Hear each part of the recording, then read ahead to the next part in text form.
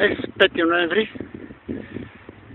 2013 година, след една седмица отново в планината, намирам се на Златните мостове.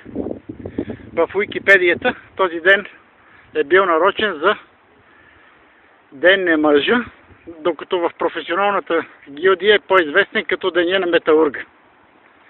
И аз като един от тази гилдия съм решил днес да реализирам една идея като ходене от Златните мостове, Селимица и Кладница.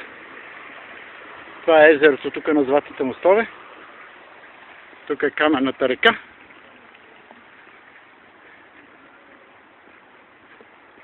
Първите снимки ще ги направя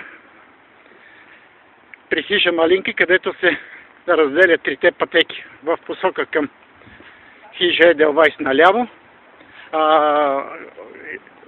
хижа Офелиите наляво, направо за Еделвайс и надясно за Селимица и за Кладница.